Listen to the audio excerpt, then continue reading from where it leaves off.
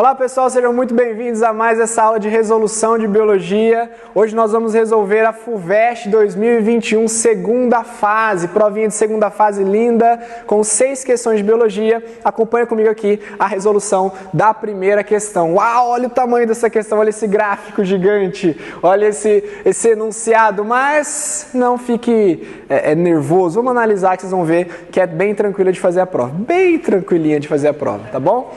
Os gráficos mostram o número de indivíduos de duas espécies de peixes, espécie A e espécie B, no início e no final de um experimento realizado em tanques, 5 sombreados e 5 expostos ao sol. Nos tanques expostos ao sol, os microcrustáceos, alimento exclusivo dos peixes, atingem maior tamanho devido à maior abundância de fitoplâncton. No tanque que tem sol, tem microcrustáceo maior e ele é o único alimento que o peixe vai ter. Não vai ter ração, não vai ter nada, só microcrustáceo.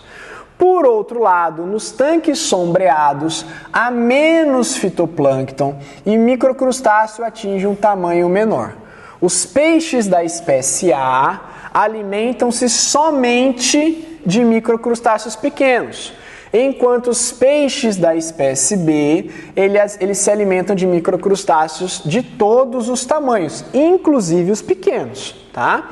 A quantidade de larvas de microcrustáceos colocadas mensalmente foi a mesma em todos os tanques, ou seja, isso não variou.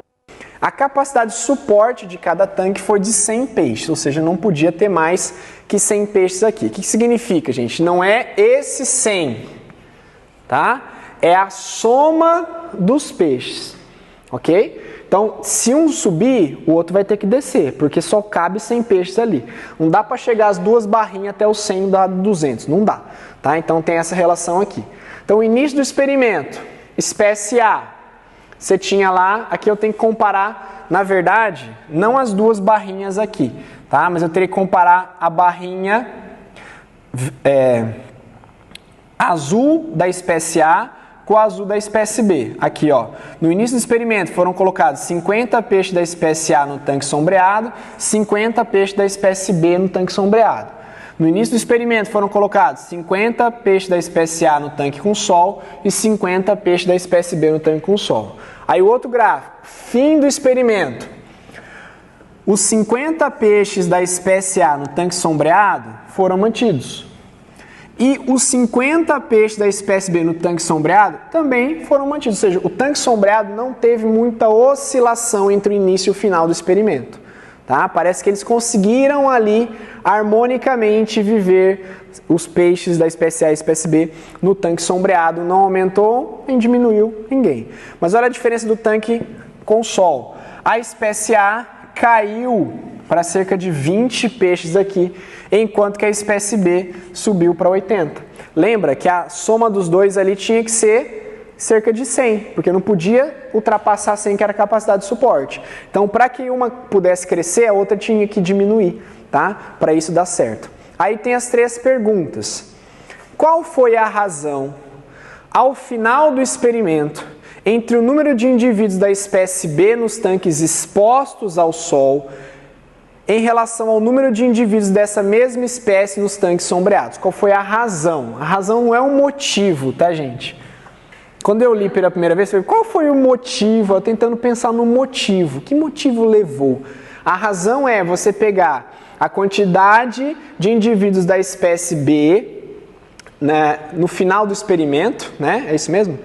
Ao final do experimento, o número de indivíduos da espécie B nos tanques expostos ao sol em relação ao número de indivíduos dessa mesma espécie no tanque sombreado. Então, por exemplo, você vai pegar espécie B do tanque sombreado, aqui, espécie B do tanque sombreado e a espécie B do tanque exposto ao sol. Qual é essa razão? Então, você vai pegar lá 80, que é o número de peixes do espécie B no tanque exposto ao sol, e vai dividir por 50, que é o número de indivíduos da espécie B ao final do experimento no tanque sombreado, tá? Essa seria a letra A, ok?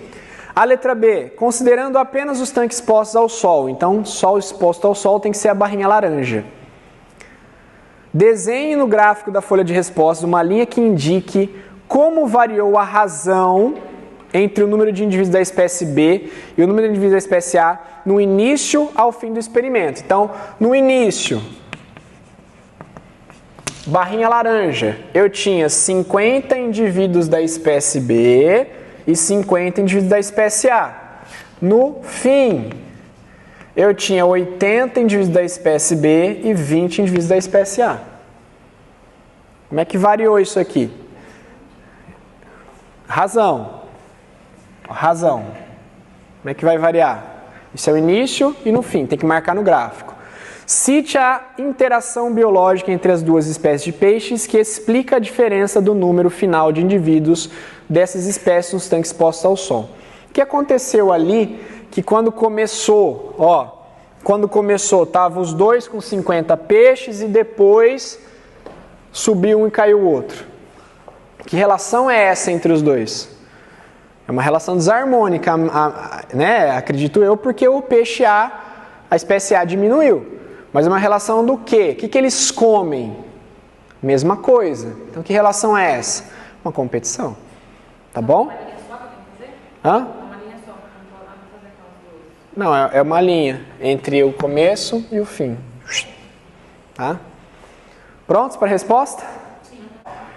Letra A. Então, a razão é 80 por 50. De acordo com os gráficos da espécie B, ao final do experimento, havia 80 indivíduos no tanque exposto ao sol e 50 indivíduos no tanque sombreado. Logo, a razão entre esses valores equivale a 80 dividido por 50, que é 1,6. Tá? Então, você teria aumentado aí teria 1,6 de aumento, né, de um tanque para o outro, tá? De uma situação para outra. Aqui a letra B, então o início está 50-50, a razão é 1, no final está 80-20, a razão é 4, então traço a linha ascendente constante nesse caso, tá? E a letra C trata-se de uma competição interespecífica onde a espécie B, por se alimentar de microcrustáceos de tamanhos variados, leva nítida vantagem em relação à espécie A, que come microcrustáceos pequenos.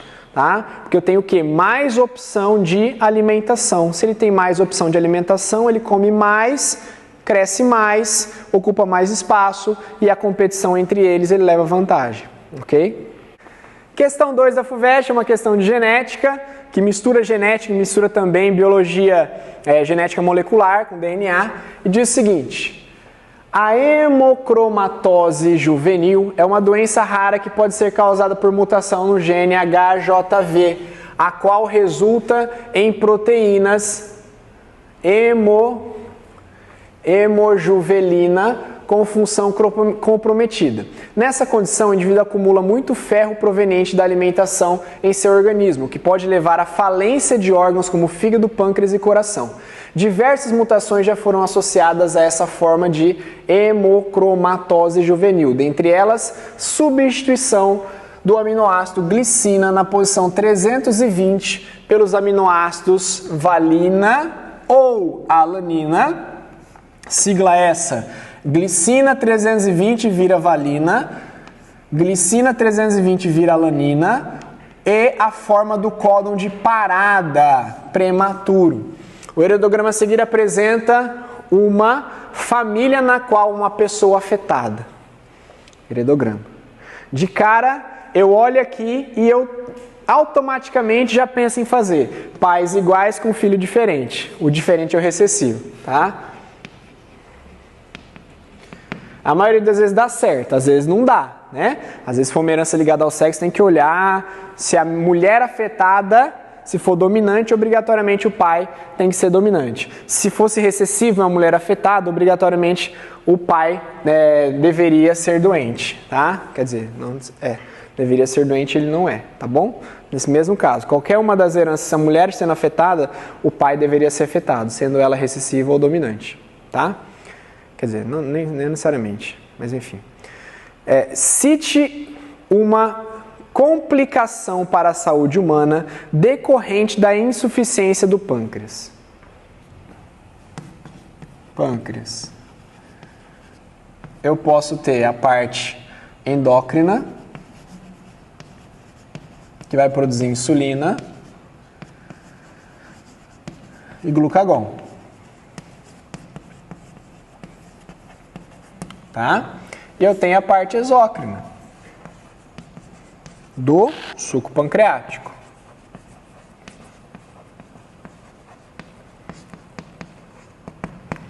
Tudo bem? Que complicação poderia ter aqui? Uma insuficiência da atividade do pâncreas. Então poderia ter, por exemplo, diabetes.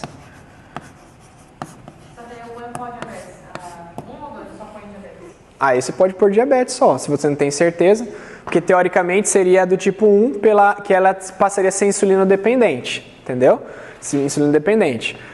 Mas eu não quero pôr diabetes. Eu posso falar que ele pode ter problema na regulação da glicemia.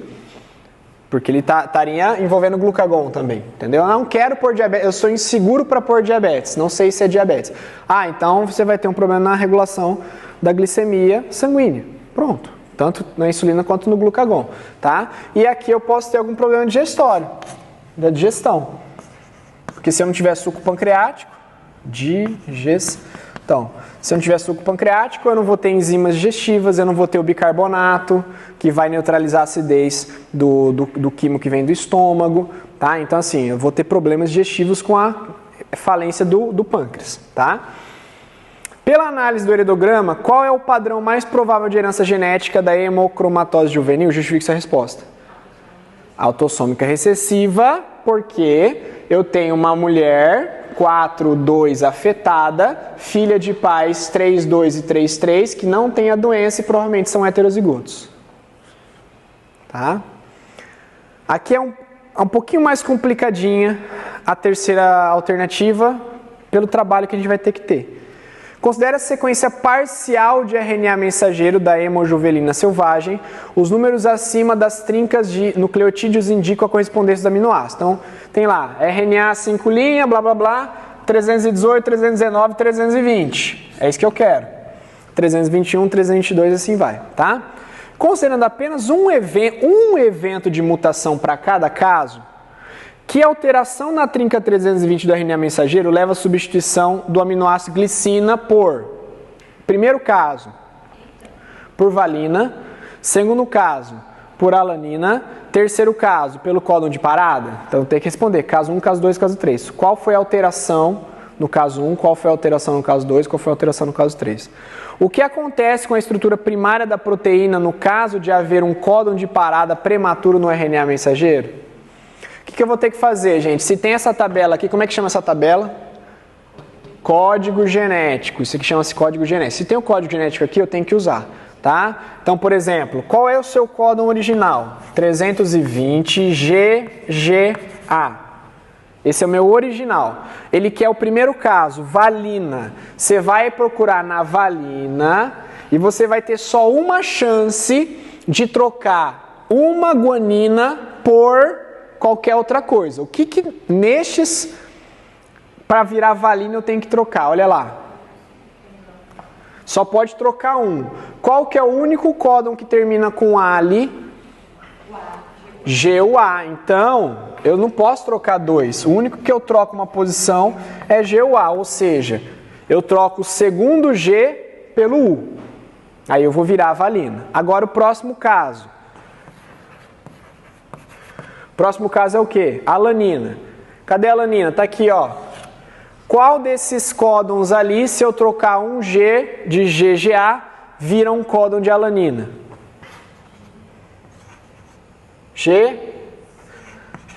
GCA. Então, se eu trocar a segunda guanina por C, ela vira um GCA e vira valina. Agora, códon de parada. De novo, GGA, para virar um códon de parada. Códon de parada é UGA, UAA e UAG. Qual que é o único que eu vou trocar só um G que vai virar um códon de parada? UGA. Isso é um stop, tá? Você vai ter que escrever isso aqui na resposta.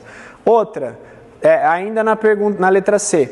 O que vai acontecer com a estrutura primária da proteína caso haja um códon de parada prematuro?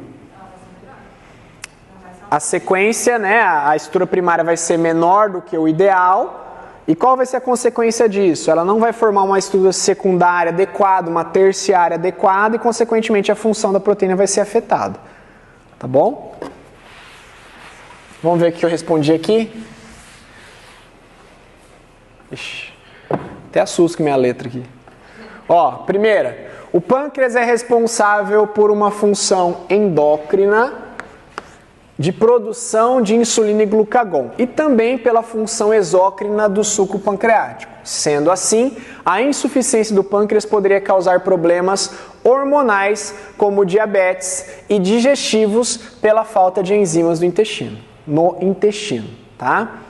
Letra B. Analisando o heredograma, é possível deduzir se tratar de uma herança autossômica recessiva, pois a mulher 4-2 é afetada e é filha do casal 3-2 e 3-3, que não apresentam anomalia, portanto, são heterozigotos. Letra C. No caso 1, troca guanina por uracila na segunda base do códon, ou seja, GGA vira GUA. No caso 2, troca de guanina por citosina na segunda base do códon, de GGA vira GCA. E no caso 3, troca guanina por uracila na primeira base do códon, de GGA por UGA. A adição do códon de parada na posição prematura encerraria a proteína com uma estrutura primária incompleta, o que afeta consequentemente a estrutura secundária e terciária, comprometendo a função da proteína. Beleza? Então essa aí seria a estruturação da resposta oficial, né, que vai lá para o corretor, depois de você ter feito ali um esqueletinho, um raciocínio, né, um acionamento do seu cérebro para poder montar a resposta e acertar 100% da questão, tá bom? Vamos então para a questão número 3, agora da segunda fase da FUVEST. Terceira questão da FUVEST, gráficos, mostrando aqui coloridinhos. Espero que seja colorido. Aí não é colorido, né? Não vai influenciar muita coisa. A cor não é tão, né, decisiva assim, mas facilitaria muito na hora de vocês identificarem o que ele pede, tá? Ó, o gráfico a seguir mostra como é a taxa de crescimento de 5 populações de 5 espécies diferentes de bactérias em relação à temperatura. Então a escala está aqui, taxa de crescimento de populações, temperatura de 0 a 95 graus. Com base no gráfico, responda. Considerando a temperatura média dos mamíferos como sendo semelhante à humana, quais espécies podem ser simbióticas com os mamíferos? Lembra do conceito de simbiose que a gente falou agora há pouco? Simbiose, o bicho tem que estar ligado, tem que estar dentro de você, seja ela benéfica ou não. Então a bactéria tem que viver em você, tá? Então a gente sabe que mamíferos como seres humanos têm aproximadamente 36,5 graus de temperatura média. Se eu observar no gráfico, entre 35 e 40 graus, a única espécie que sobrevive é a espécie 1, tá? Então a resposta da letra A vai ser a espécie 1, beleza? A letra B, considerando intervalos de entre 5 graus, por exemplo, de 0 a 5, de 5 a 10, etc., qual dos intervalos de temperatura apresentam maior diversidade de bactérias? Justifique sua resposta. Então, aqui, ó, tem uns espalhados e tal, mas tem um aqui que tem um vulco-vulco aqui, ó, vocês viram? Entre 45 e 50 graus, eu tenho espécie 5, a espécie 1, a espécie 4 e tem espécie 3 aqui ainda, tá? Só não tá a espécie 2 participando, né, da festa das bactérias ali, beleza? Então, justificando sua resposta, porque que apresenta mais crescimento ali nessa faixa de temperatura. A gente encontra maior número de espécies nessa faixa de temperatura, tá? Quais espécies não sobreviveriam à temperatura ambiental de 65 graus? Só olhar. Quem está em 65 é a espécie 5 e a espécie 3. As outras todas não sobreviveriam, ok? Excite um processo fisiológico bioquímico que ocorre com macromoléculas que impede a sobrevivência dessas espécies. Exatamente, desnaturação de proteína.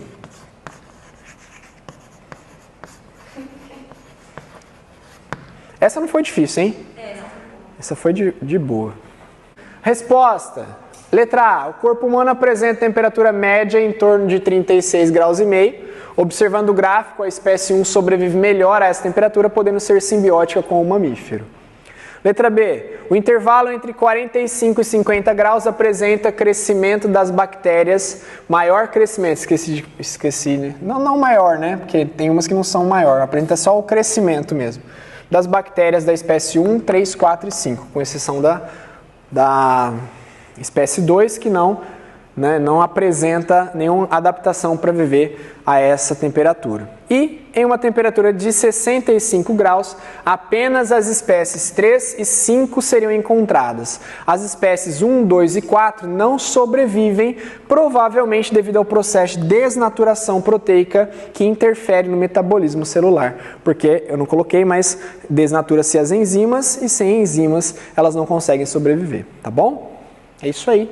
Questão número 3. Vamos para a questão número 4 da prova da FUVEST, segunda fase. Questão 4 aqui é uma questão de ecologia que mostra uma figura de um costão rochoso, mostrando aqui o nível médio da maré baixa e o nível médio da maré alta, mostrando que a maré vai subir, vai molhar os bichinhos que estão ali. E aqui a nossa legenda: ostra, estrela do mar, craca, caranguejo e caramujo.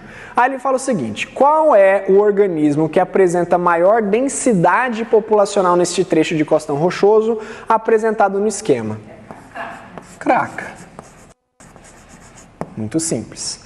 Letra B. Cite um fator biótico e um fator abiótico que podem atuar nesse sistema, nesse ambiente. Não, é isso? É.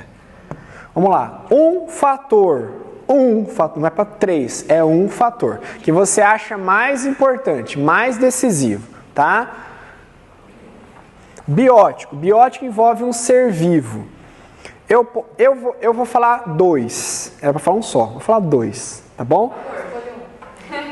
Ó, aí você tem um monte de gente. Um monte. Um fator biótico, competição.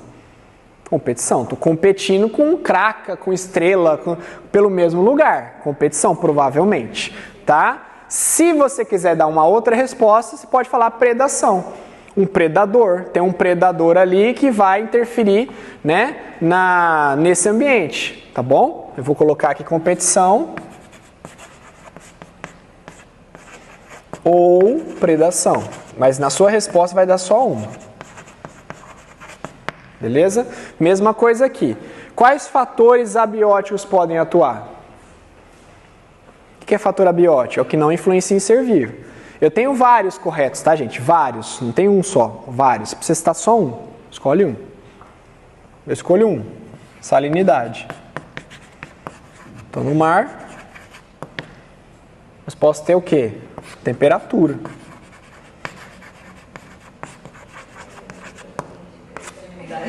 Hã?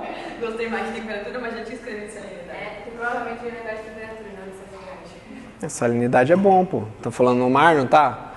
Costão rochoso e tal, tá? E aí... Tem que completar a frase. Eu não tinha entendido direito a hora que eu li, né? Falei, que coisa estranha.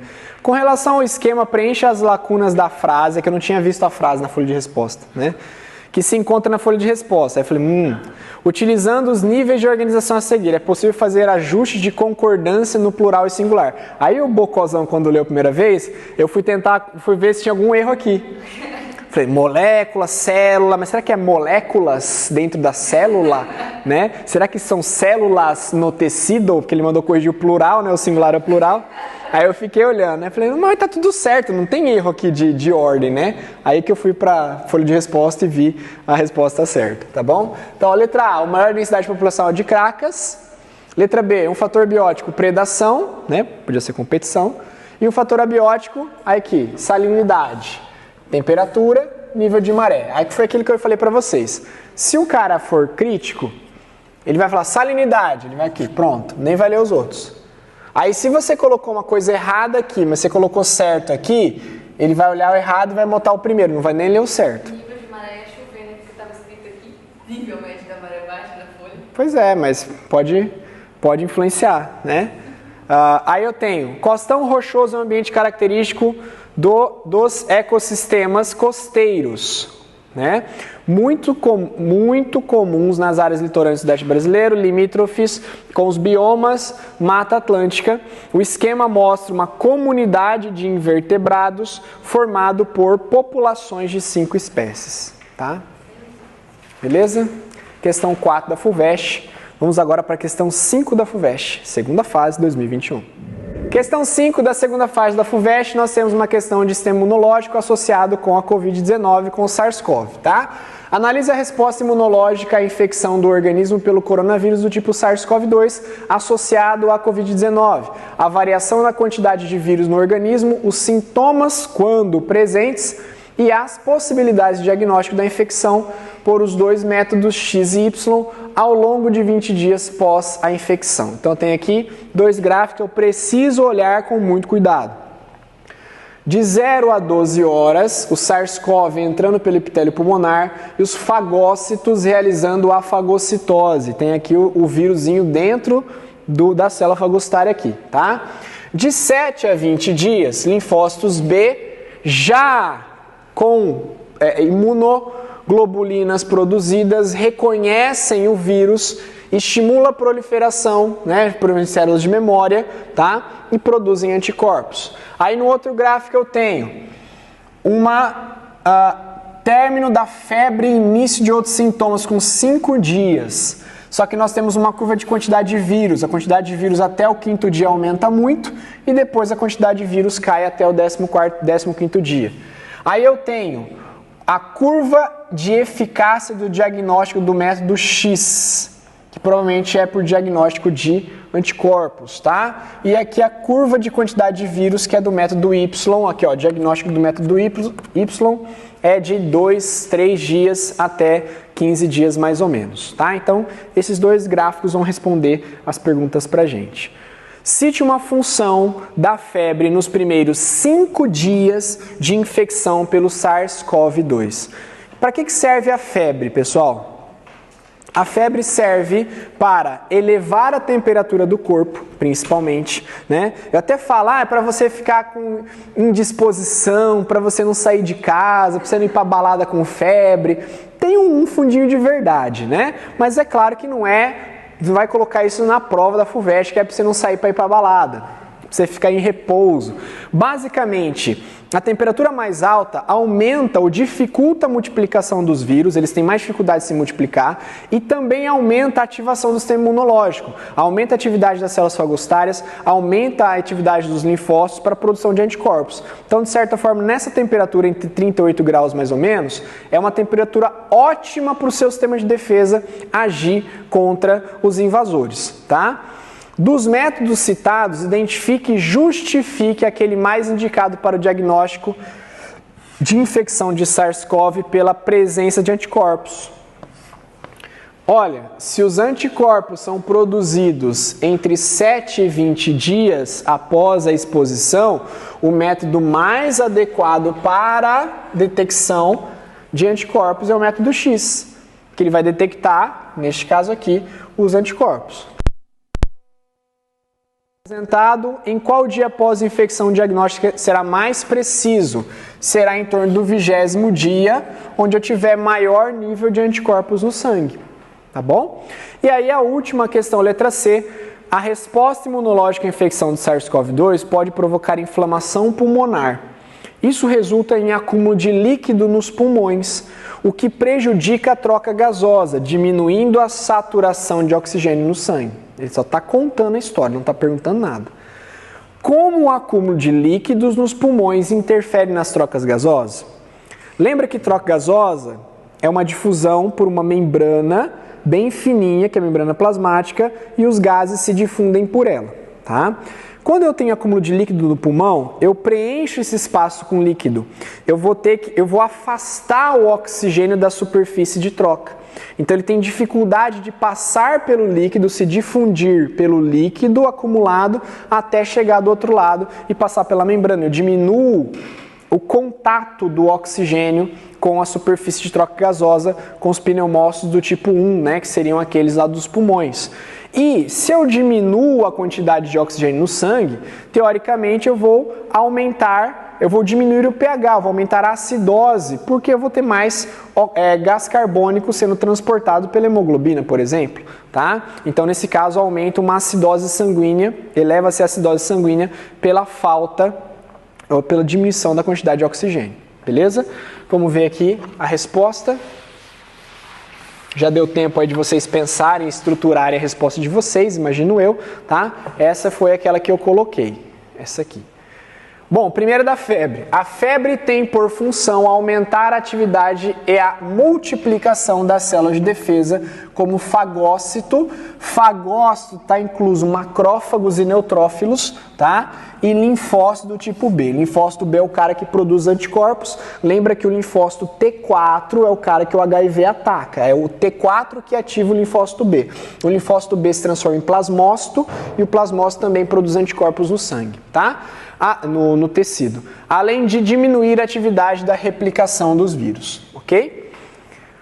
Letra B para falar do método mais adequado para identificar os anticorpos. O método X, pois a produção de anticorpos se dá entre o 7º e o 20º dia, tá? Após a infecção. Segundo o gráfico, o 20º dia após a infecção será o mais preciso para o diagnóstico, pois vai apresentar maior número de anticorpos, ok? E por último, para falar da relação de líquido no pulmão com a oxigenação e a acidez sanguínea. O acúmulo de líquido nos pulmões reduz a área de difusão dos gases respiratórios, oxigênio e gás carbônico nos alvéolos pulmonares, comprometendo a hematose, que é aquela troca gasosa. Com a redução da saturação de oxigênio, haverá uma acidose sanguínea, com a consequente redução do pH devido ao aumento da concentração de gás carbônico no sangue, tá? Então, as 3 respostas estruturadas aqui, eu espero que vocês tenham acertado essa questão. E agora nós vamos para a última questão da prova da FUVEST, questão número 6 de Biologia da segunda fase de 2021. Se liga aí. Questão 6, última questão de biologia da prova da FUVEST, ó. As diversas espécies e variedades de linhagens relacionadas ao trigo estão entre as primeiras a terem sido domesticadas. Trigo domesticado. Domesticada pelo ser humano. É um processo conhecido como Revolução Neolítica ou Agrícola, iniciado há cerca de 2.000 anos. Uma hipótese para a evolução da monocotiledônia trigo, que inclui as variedades atuais, ele citou, né? Eu não vou ler isso aí, está representada a seguir. As siglas azão, bezão, desão, indicam o número diploide 2N de cromossomo de cada espécie. Então vamos lá. Linha do tempo. Triticum urartro. Não quero ler isso aqui, tá? Esse aqui, ó, azão, esse em cima, bezão, os dois foram cruzados e virou uma nova variedade, bezão, azão. O que significa isso? Esse cara é 2N, esse cara é 2N e esse novo ser é 4N, tá? Aí eu tive aqui uma diferença, esse 4N virou uma outra espécie, provavelmente um processo de especiação aqui, uma especiação, tá? Aqui ele pegou uma outra variedade, um desão, e fecundou, cruzou com essa aqui, bezão, azão, e virou um 6N, olha só, bezão, azão, desão. Aqui também é 2N, esse aqui é 4N, e esse aqui é 4N, ok? Aí vamos lá. O processo evolutivo descrito corresponde a uma forma de seleção artificial, ele está afirmando, em que se diferencia da seleção natural, ou seja, qual é a diferença da seleção natural, qual é a diferença da seleção artificial? Vamos lá, pensar. Seleção natural é algo que ocorre de maneira aleatória, é algo que ocorre de maneira espontânea, é algo que ocorre durante muito tempo, sobrevivem ali não os mais bonitos, os maiores, os mais valiosos, os mais adaptados. Às vezes o mais adaptado a sobreviver não é o mais bonito, não é o mais produtivo, não é, né? É o mais feio, mas ele tem uma adaptação que levou à sobrevivência dele. Não leva os interesses do homem à seleção natural. Já a seleção artificial, ela é moldada para os interesses do homem. Ela é orientada, é uma seleção orientada para selecionar os melhores fenótipos de interesse do homem. E é muito mais rápida que a seleção. Ok? Então, seleção natural, diferente de seleção artificial, ela é espontânea, leva muito tempo para acontecer. E seleção artificial é o homem que manda, os interesses do homem que manda, tá bom? A letra B. Na tabela da folha de resposta, associe cada órgão citado, caule, flor ou fruto, a um exemplo de monocotiledônia que seja utilizada pelo ser humano. Um caule de monocotiledônia que é muito utilizado pelo ser humano. Cana. Cana de açúcar é um caule, tá? Você pode chupar a cana, você pode moer a cana, você pode fazer uma garapa, fazer álcool, né? Mas é um caule. Flor, uma flor de monocotiledônia muito apreciada. Não precisa ser para comer, tá, gente? Orquídea. Monocotiledônia. Orquídea, tá? E o que é mais? Um fruto.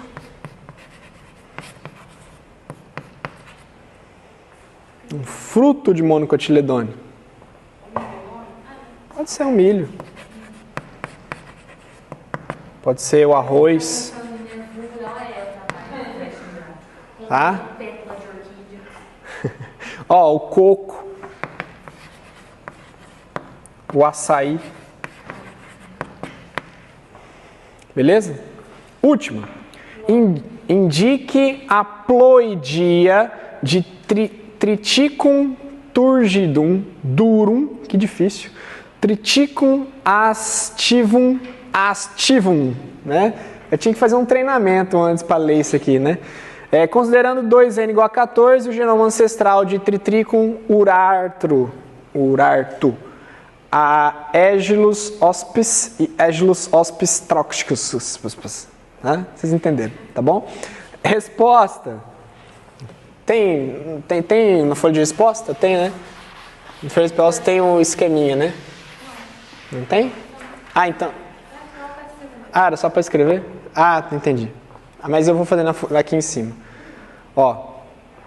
Seleção natural é um processo espontâneo no qual organismos menos adaptados são eliminados, enquanto a seleção artificial é proposital e é feita de forma a manter os organismos de maior interesse para o homem, ok? Aqui na letra B a tabela. O caule, um exemplo, cana-de-açúcar, a flor, a orquídea e o fruto, coco, né? O açaí. Lembrando que o grão de milho é um fruto do tipo cariópse, não é uma semente, assim como o arroz é um fruto do tipo cariópse, não é uma semente, mas todos eles são monocotiledôneos. Aqui, aumentando o gráfico, nós temos 2N igual a 14, 2N igual a 14, 4N igual a 28, 4N igual a 28, 2N igual a 14, 4, 28 e o último 6N igual a 42. Tá bom? Bom, gente, é isso. Espero que vocês tenham gostado desta resolução da FUVEST segunda fase. Fique ligado aí para as próximas resoluções que o canal aqui vai disponibilizar para vocês. Tá bom? Um grande abraço e até a próxima aula. Valeu!